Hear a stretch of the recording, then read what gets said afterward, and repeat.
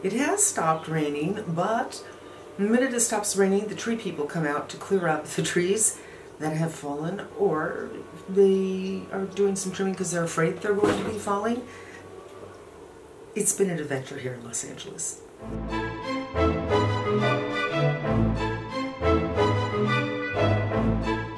Today is Dior Day.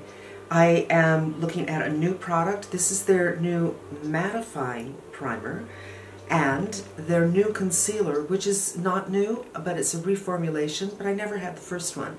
And this is the skin corrector, oftentimes used under the eyes. And then I got a new blush that I haven't used before. I've never looked at it before. New blush to me. And yeah, I'm going to do lip as well, and we're going to do it all. We're going to do it all. But those are the two new things. So if you've been here before, you're probably wondering, hey Kiki, why are you doing a mattifying primer? I'm 60 years old and my skin is dry, which is not to say that it has flaky bits or anything like that, but it's just not producing oil. But as you can see, I have quite a sheen from my sunscreen and my skincare. I'm a little shiny even before my sunscreen, and this is Sept. But sometimes I want to be a little less shiny. I don't like matte foundations for a couple of reasons. One, I really believe that they are made for oily skin, which is why there's powder in it. And I find them to be both drying and oxidizing. They usually turn orange on me. And I'd rather not put a pound of powder on my face. So I thought, let's try this. And I only know of one other company that did one that was very comfortable. It was Too Faced several years ago. It was in the whole peach thing, and I don't think they make it anymore, and I didn't wear it that often, but I thought let's give the Dior a try. So we're going to, primarily it's the forehead, the cheeks. So this is quite liquidy, and it looks like it has a color to it, although I don't believe that it imparts color. I mean, does it? Has it kind of done anything here? I'm not really a primer wearer because I feel like my foundation lasts on me just great. And I don't have super enlarged pores. I have, you know, rather normal pores. So I don't have the desire to fill things out. Wow, the minute it stops raining, everything. That's my neighbor's dog. This is scented, a fairly typical Dior scent. It doesn't last forever, but I don't think I should even have to say when I'm reviewing something from Dior, oh, it's scented. Generally, the European brands, that's what they do. And I'll just kind of pat this low. I think it has taken a little bit of the sheen off the forehead. Now I'm going to go on with one of my very favorite foundations. This is the Natural Nude. It's in 2N, and I don't wear it very often because it's a teeny bit light. I have found that Dior shades vary a teeny bit from product to product. So 2N in one foundation might be a little too warm, and 2N in another might be a little bit too light, but right now I'm super light, and this is going on beautifully. This is absolutely the time for me to take out this foundation and put it to work. It is a more natural finish, so I'm not going to get a matte look, but maybe I can go without powder. Maybe I can get something a little, actually more natural. It wouldn't be a day if I didn't drop anything. So I find that where I put this primer, there's a little more pull. It's not bad.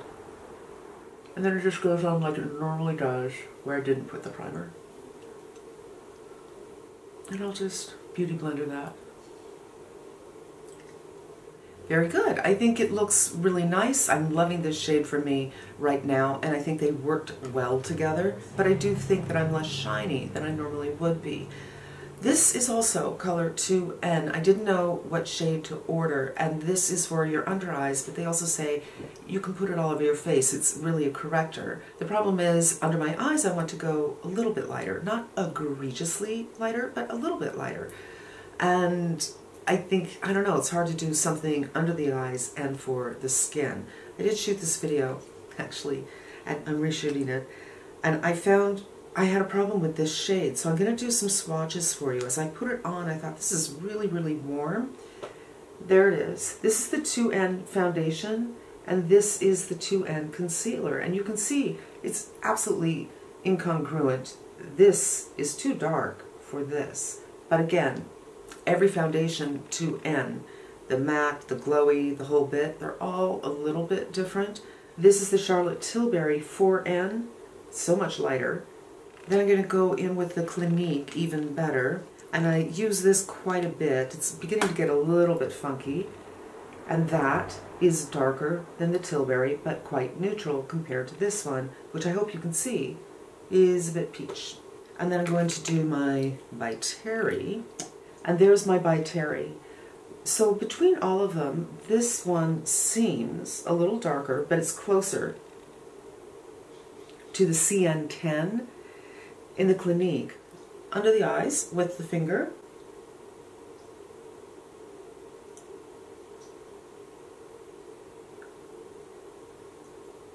And that felt like a lot of products, so I'm just going to go with the Beauty Blender to work it all out.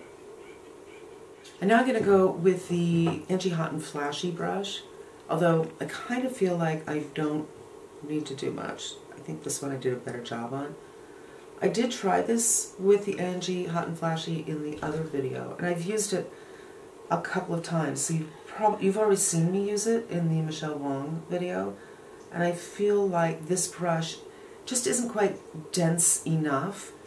Not stiff, but dense. And when I applied from the hand, picked it up, and then placed it on, I saw a little hole where the product didn't even go to. So it's not the best brush for this particular product. Voila! I think it works, but I know it's not right. There's my foundation, there's my concealer. Lately I feel I have been discovering blushes that are shapeshifters, that are hard to understand. What color is this? And this is one of them. This is Charnel. And on the website, it looked really dark. And I thought, you know, in case you haven't been here, I am kind of on the hunt for something that is unusual and dark, maybe for evening or maybe for something very dramatic. And I thought that would fit the bill. What it looks like on the Dior site and what it looks like on the Sephora site are very different. This looks closer to the Sephora site, but I think the way Dior got there, and you won't be able to see this on camera, but if I don't have, see right there, it looks a lot darker because the light's not hitting it. And then, oh hi, it changed colors. So what color is it? Hard to say, hard to say. Let's put some on the face.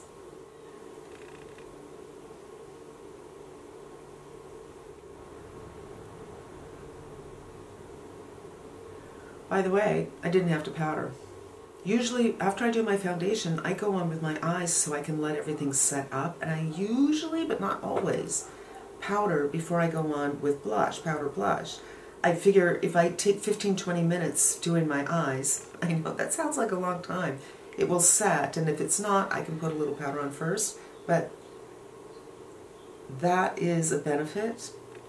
There's no pull at all, so that's the benefit to this primer, is I'm not going to have to wait for a long time.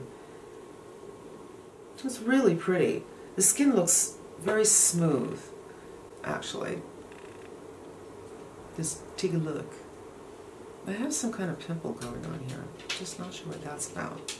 Now for eyes, I thought I'd do Nude Dress. I haven't used this in a very, very long time, and I picked it because I thought it would go well with this blush, and I think I'm right.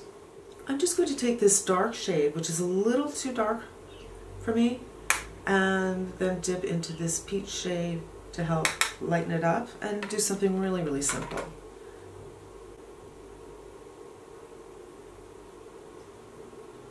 Oh, I did not powder my eyes. And I'm just going to do that brown by itself in the outer corner for some depth. I'm going to take this peach color by itself I haven't done my blend yet, you guys. I forgot to powder my lids. Going on with white, little inner corner highlight, just a little bit. Then a blending brush and work on this blend for about 10 minutes. The blend fest is over and I did my brows as well, and I'm going in with this, which is their Overcurl, and it's the most beautiful on my hand color. This brown, this warm brown, which I think is great. Again, with the blush and the eyes, but it's not too warm.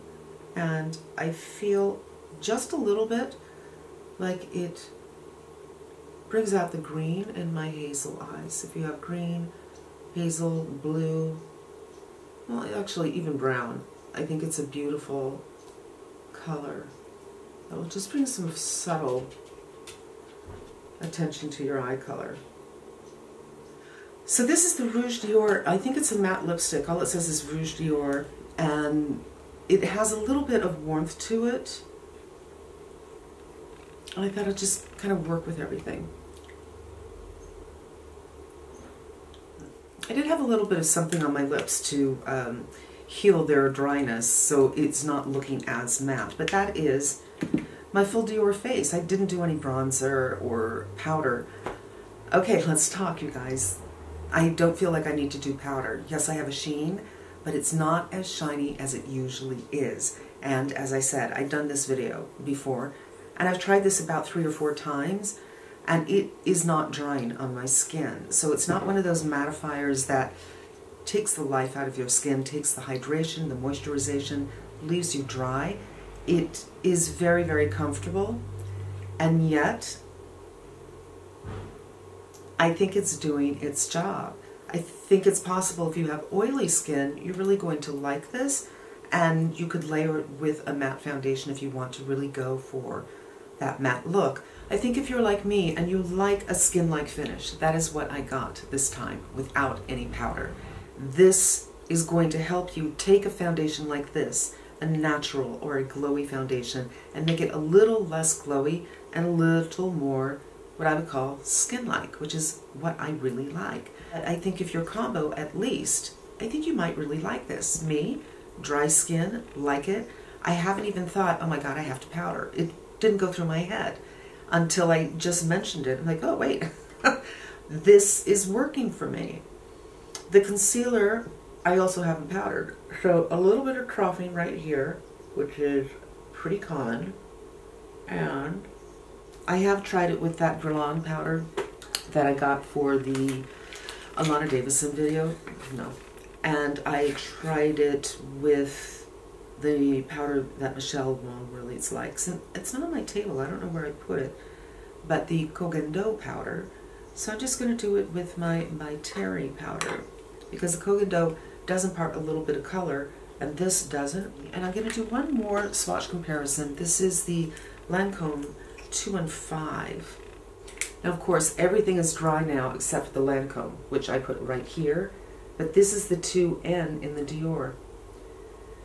So, concealer, those are my thoughts. The mattifying primer, I really, really like it. I like the fact that I don't have to put powder on my face. And this foundation is lovely. Forever Dior, what is this? Forever Natural Nude.